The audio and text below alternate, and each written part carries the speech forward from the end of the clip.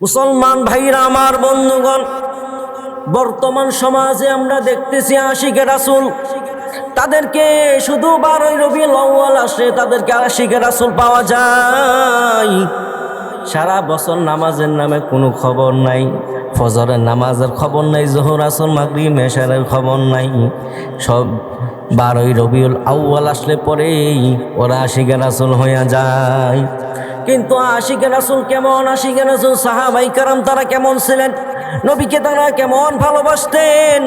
আমার ভাইরা আমার বন্ধুগণ, আল্লাহর নবী জনাবে মুহাম্মদুর রাসূলুল্লাহ সাল্লাল্লাহু আলাইহি ওয়াসাল্লাম, আল্লাহর নবী ইন্তেকালের পর সাহাবায়ে কেরামের কেমন অবস্থা হয়ে গিয়েছিল।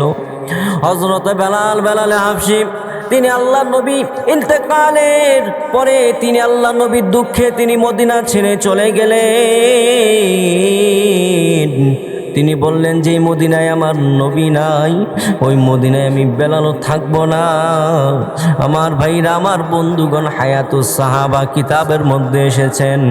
আমার ভাইরা আমার বন্ধুগণ, আবু বকর সিদ্দিক রাদিয়াল্লাহু তাআলা আনহু যেই ঘরের ভিতরে তিনি ঘুমাইতেন, ওই ঘরের উপরে একটা ছাউনি ছিলেন, ওই ছাউনিটা পর্যন্ত কালো হয়ে গেছে।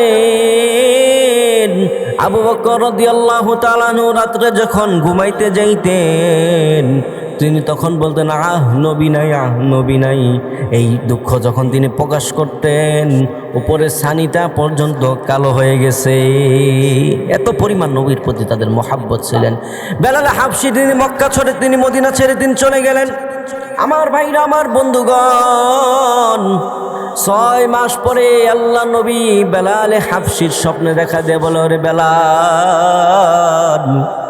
কত সাহাবী আমার রওজার সামনে এসে সালাম দেয় রে বেলাল, তুই বেলাল কি আমি নবীরে ভুলে গেছস?